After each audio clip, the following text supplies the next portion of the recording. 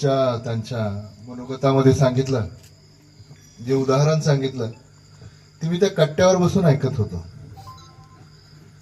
मी आलो, आपल्या अभंगवाणीमध्ये जे अमोघ शब्द आपल्या मुखांमधनं रत्न बाहेर पडत होते ते मला 2-5 मिनिटं श्रवण करण्याची संधी मिळाली. आणि त्या संधीचं सोनं करताना मला इतकंच आठवलं की माझ्या आईनं मला हे संस्कार दिले. ती फक्त 4थी पास आहे आणि माऊली तिला भगवद्गीता मुखोद्गत आहे हो. म्हणजे तिनं मला सांगितलं, यत्र योगेश्वर कृष्ण तत्र पार्थो धनुर्धरा तत्र श्रीर्विजयो मृत्युर्ध्रुवा नितिर्मतिर्मम. हे तिनं मला सांगितलं माऊली. आणि आजही मला अगदी सद्गदित होत आहे की अध्यात्माची ताकद काय असते, अध्यात्म काय असतं, परमेश्वर चरणी लीन कसं व्हायचं, परमेश्वराचे वारंवार आभार कसे मानायचे. आणि ते आभार मानत असताना आपला भार या भूमीवर आहे आणि तीही धरती माता सहन करते. ते सहन शक्तीचे, संयमाचे धडे कसे गिरवायचे माझ्या आईने शिकवलं मला.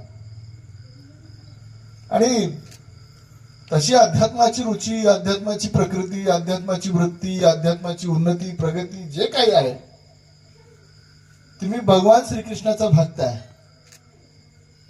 आपण वारकरी म्हणून पांडुरंगाची भक्ती करत असताना सुद्धा भगवान श्रीकृष्णाला, विठ्ठलाला विष्णूचा अंश म्हणून स्वीकारतो, त्याची पूजन करतो, त्याची अर्चना करतो, त्याची साधना करतो. आणि पूजा अर्चना साधना करताना त्याला मंदिरात बसवतो आणि त्याला सांगतो की तू मंदिरात आहे. परंतु भगवान श्रीकृष्णाने, विष्णूंनी, विठ्ठलाने हे सांगितलं की अरे बाबांनो, तुम्ही मला मंदिरात कशाला बसवता, मी तुमच्यात आहे, तुम्ही तुमचं वर्तन नीट करा. मला वाटतं माऊली, मी आपल्या समोर म्हणजे साक्षात विद्यापीठापुढं कुठंतरी नर्सरीतल्या पोरांनी बोलावं इतकं पुण्यवान मी नक्की नाही, इतका पुण्यवान मी नक्की नाही. परंतु धाराशिव जसं महाराष्ट्र छत्रपती शिवरायांचं महाराष्ट्र, छत्रपती संभाजी महाराजांचं महाराष्ट्र जसं त्यांच्या नावाने ओळखलं जातो, हा हिंदुस्थान जसा छत्रपतींच्या नावानं ओळखला जातो, तसा हा महाराष्ट्र संत महंतांच्या नावानं ओळखला जातो. माझा जिल्हा, माझा धाराशिव जिल्हा महाराज हासेगावकरांच्या नावानं सुद्धा ओळखला जातो.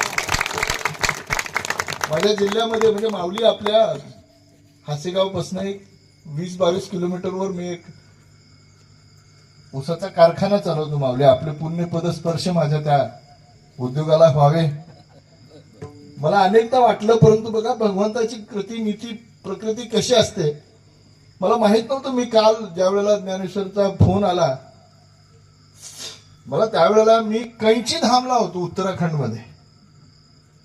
निमकुरली बाबाच्या दर्शनाला मी गेलो होतो आणि मी तिथं असताना मला त्यांनी सांगितलं की असा असा एक कार्यक्रम आहे आणि आपण भाऊ यावं. मी त्यांना सांगितलं की बाबा मी नक्की नाही सांगू शकत, मी प्रयत्न प्रामाणिक करेन. आणि आता सुद्धा ज्या वेळेला आपलं संकीर्तन या ठिकाणी होणार आहे म्हणून कळलं, मी वेड्या वाकड्या मार्गाने का असताना उशीर थोडासा लागला, त्याबद्दल विलंबाबद्दल क्षमा मागतो. परंतु मी आलो आणि मला कदाचित आमच्या ज्ञानेश्वर माऊलीच्या उपस्थितीत आपल्याला आमंत्रण द्यायचा योग असावा. माऊली, आपले पदस्पर्श माझ्या उद्योगाला लागावे. आणि भारतीय जनता पार्टीचा मी ऋणी आहे. मला जे प्राप्त आहे ते पर्याप्त आहे. मला जे आतापर्यंत दिलंय या पार्टीने ते खूप दिलं, अनंत दिलंय, अनंत दिलंय. मी अखंड जरी भारतीय जनता पार्टीचा झेंडा, देव, देश आणि धर्मासाठी काम करणारा हा पक्ष आहे, या पक्षाचा झेंडा अखंड माझ्या खांद्यावर असाच राहिला तरी मी भरून पावलो असं समजेन. माऊलींनी आणि आपल्या सगळ्यांनी मला या ठिकाणी बोलवलं आणि प्रभूंच्या शुभ हस्ते हा वारकरी पंथाचा फेटा माझ्या डोक्याला, मस्तकाला लाभला. हा पहिला अनमोल आणि उत्तुंग असा माझा सन्मान आपल्या चरणी मी अर्पण करतो आणि आपली रजा घेतो. धन्यवाद. धन्यवाद दत्तभाऊ. या ठिकाणी माऊलीच्या प्रेमापोटी आपण आलात आणि माऊलीच्या वडिलांनी जी अखंड आयुष्यभर सेवा केलेली ती म्हणजे डोक्यावरती फेटा बांधूनच अखंड गुरुदेव महाराजांनी सांगितलेलंच आहे सगळं. या ठिकाणी आपण दत्तभाऊचं भाषण श्रवण करत असताना मला वाटलं होतं असा एक अनुभव आला, कुणीतरी कीर्तनकारच बोलतंय का काय, यत्र योगेश.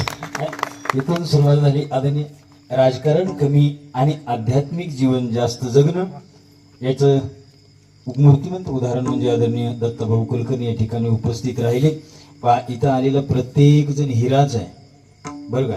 महाराष्ट्राच्या कानाकोपऱ्यामध्ये भागवत धर्माचा प्रचार प्रसार करणारी सगळी मोठी प्रवक्ते कीर्तनकार महाराज मंडळी. आणि सगळ्यात महत्वाचं म्हणजे आपला जिल्हा परीक्षकाचा जिल्हा आहे. सकल संत परीक्षक वैराग्य रागरसी गोरोबा काकांनी त्यावेळी सगळ्या संतांची परीक्षा पाहिली. आणि आता जेवढी सगळी संत फिरतील त्या सगळ्या संतांची परीक्षक आदरणीय ही गोरोबा काकाच आहेत.